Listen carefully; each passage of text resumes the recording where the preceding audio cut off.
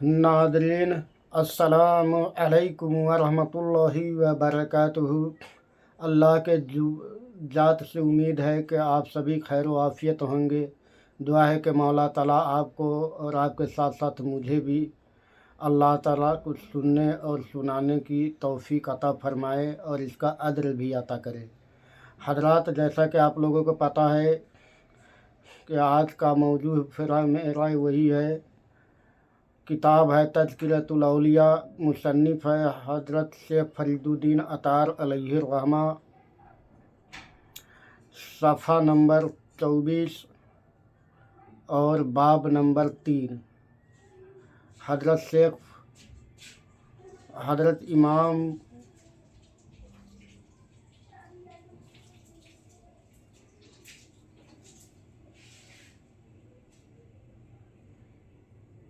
हसन बसरी रहमतुल्लाह ताला अलैहि की हालात व मुनाकिब, सफ़ा नंबर 24 बाब नंबर 3। तो आइए, मैं आज का मौजू मेरा रहेगा खौफ़े आखरत। अब खौफ़े आखरत में शेख फरीदुद्दीन अतार अलैहिर्रहमा क्या फरमाते हैं, तो आइए हम आपको सुनाते हैं। औज़ु बिल्लाहि मिनश शैतानिर रजीम, बिस्मिल्लाहिर्रहमानिर्रहीम। अला इन्ना औलिया ला खौफुन अलहुम यहज़नून। अला इन्ना औलिया अल्लाहु ला खौफुन अलहुम यहज़नून। खौफ़े आखरत। एक मर्तबा आप पूरी रात मसरूफ़ गिरजा रहे और जब लोगों ने पूछा कि आपका शुमार तो साहिब तक़वा लोगों में होता है, फिर आप इस कदर क्यों गिरिया वज़ारी क्यों करते हैं? फरमाया कि मैं तो उस दिन के लिए रोता हूँ जिस दिन मुझसे कोई ऐसी खता हो गई हो कि अल्लाह ताला बात परस करके यह फरमा दे कि ऐ हसन, हमारी बारगाह में तुम्हारी कोई वक़अत नहीं और हम तुम्हारी पूरी इबादत को रद्द करते हैं।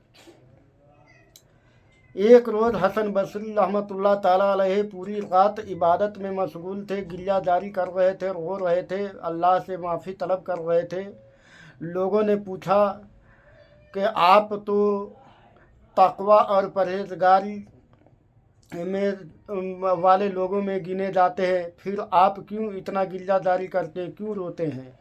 तो हज़रत इमाम हसन बसरी रहमतुल्लाह ताला अलैहि फरमाते हैं कि मैं तो यह सोच कर रोता हूँ कि शायद हमसे कोई गलती खता हो गई हो और अल्लाह ताला रोज़े महशर मुझे धुदकार ना दे, कभी यह ना कह दे कि मेरी बारगाह में तेरी कोई हैसियत नहीं है और मेरी इबादत को रद्द कर दे।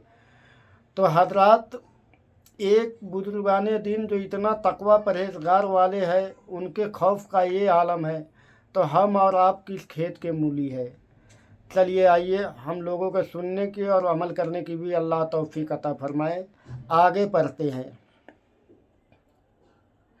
एक मर्तबा आप इबादत खाना की छत पर, हज़रात ध्यान से सुने, एक मर्तबा आप इबादत खाना की छत पर इस तरह गिरिया किना थे कि सैलाबे इश्क से परनाला बह पड़ा और नीचे गुजरते हुए एक शख्स पर कुछ कतरा टपक गए।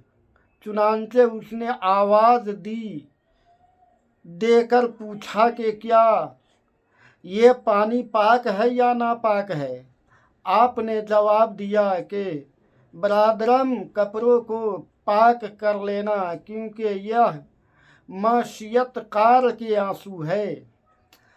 आप अपने इबादत खाने के छत पे एक रोज़ इतना गिरिया जारी कर रहे थे कि रो रो कर और आंसू से आपका परनाला बह गया छत से। यानी कि आंसू बहने लगा, छत से नीचे टपकने लगा। तो नीचे से कोई आदमी जा रहा था, एक शख्स जा रहा था, उनके ऊपर टपका। तो नीचे से ज़ोर से आवाज़ लगाया, छत के ऊपर मुंह करके, छत के तरफ ऊपर ऐसे मुंह उठा करके, और नीचे से आवाज़ लगाया कि क्या ये पानी जो कतरा गिर रहा है ये पाक है कि नापाक है। तो इमाम हसन बसरी रहमतुल्लाह ताला अलैह कहते हैं, बरादरम यानी कि भाई, अपने कपड़े को पाक कर लेना, क्योंकि ये एक सियाहकार गुनहगार की आंसू है। फिर ये बड़ी इबरतनाक बात है। चलिए आगे बढ़ते हैं। दुनिया का इंजाम, दुनिया का अंजाम क्या होता है। मौजूद यहाँ से बदल गया है, दुनिया का अंजाम। आप किसी मर्द के मदफन के लिए कब्रिस्तान तशरीफ़ ले गए और फरागत तदफीन के बाद कब्र के सरहाने खड़े होकर इस कदर रोए कि कब्र की खाक तक नम हो गई। फिर फरमाया कि जब आखिरी मंजिल ही आखरत है तो फिर ऐसी दुनिया मुतमनी क्यों हो जिसका अंजाम कब्र है, और उस आलम से खौफजीदा क्यों नहीं जिसकी इब्तिदा मंजिल भी कब्र ही है। गोया तुम्हारी पहली और आखिरी मंजिल कब्र है। आपकी नसीहत से लोग इस दर्जा मुतासिर हुए कि शिद्दत गिल्ला से बेहाल हो गए।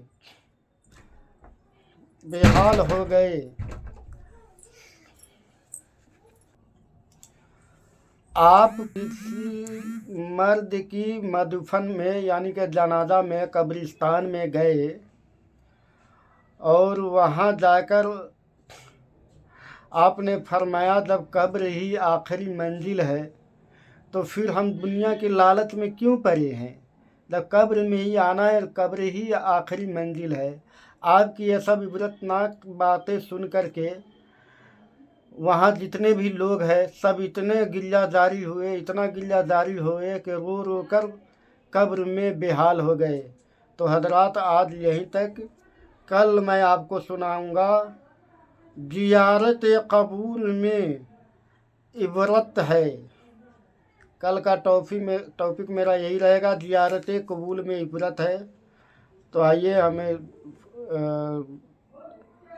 अल्लाह से दुआ है कि हमसे जो सुनाने में और आपसे सुनने में कोई भी गलती हुआ है मौला उसे माफ़ फरमाए।